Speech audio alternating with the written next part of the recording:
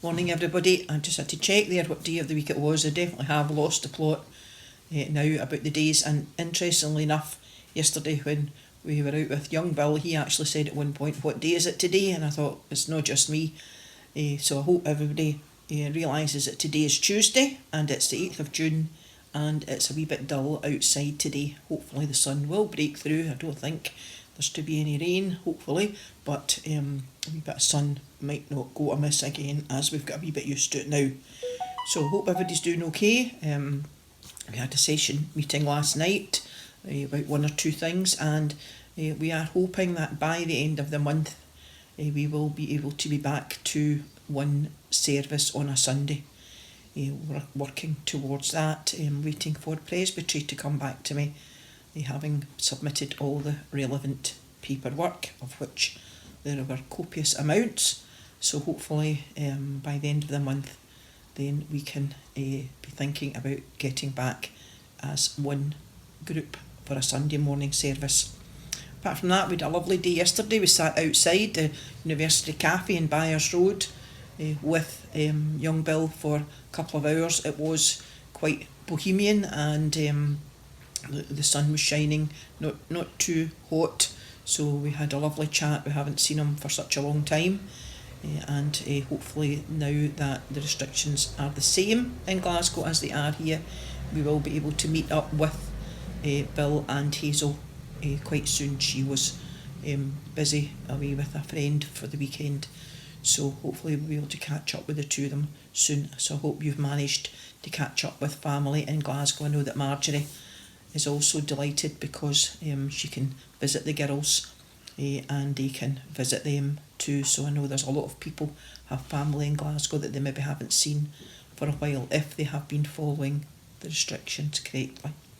So we have started yesterday, which was Monday, reading some verses from some chapters from Joshua.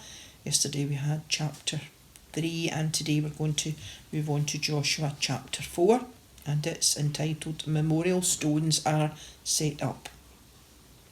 When the whole nation had crossed the Jordan, the Lord said to Joshua, "Choose 12 men, one from each tribe, and command them to take 12 stones out of the middle of the Jordan, from the very place where the priests were standing.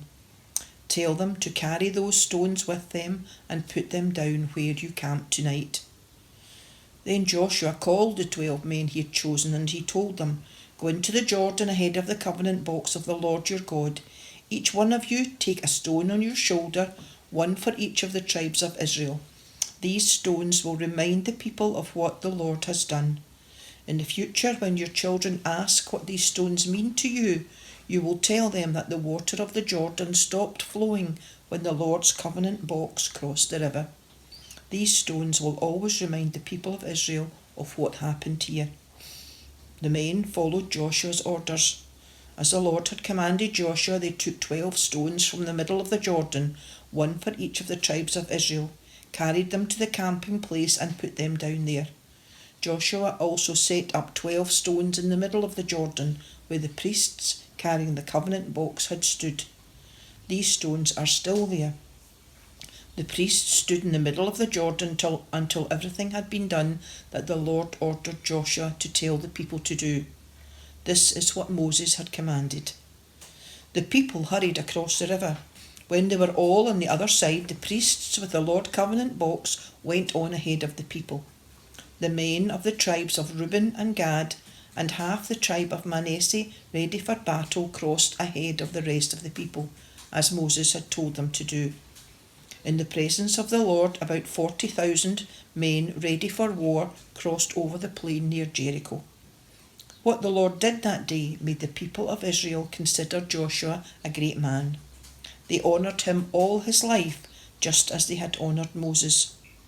Then the Lord told Joshua to command the priests carrying the covenant box to come up out of the Jordan. Joshua did so, and when the priests reached the river bank, the river began flowing once more and flooded its banks again. The people crossed the Jordan on the 10th day of the first month and camped at Gilgal east of Jericho. There Joshua set up 12 stones taken from the Jordan, and he said to the people of Israel, "In the future, When your children ask you what these stones mean, you will tell them about the time when Israel crossed the Jordan on dry ground. Tell them that the Lord your God dried up the water of the Jordan for you until you had crossed, just as he dried up the Red Sea for us. Because of this, everyone on earth will know how great the Lord's power is, and you will honour the Lord your God forever. Amen, and God bless the reading from Joshua chapter 4, and we will continue with some readings from Joshua for the rest of the week and maybe on to next week. So I hope everybody's okay. Everybody seems to be doing not too badly. Just remember the family of Jean McNabb, who has suddenly yesterday passed away and was a friend and known to many people in the church, because Jean was in the guild for many years and also an officer actually in the Girls' Brigade. So if you can just remember Jean's family and friends at this time. And other than that, I don't think there's much else. A bit dull getting there now. We've got one or two things to do, not so many today as we had yesterday, but we'll be back tomorrow and we'll see you then. Bye.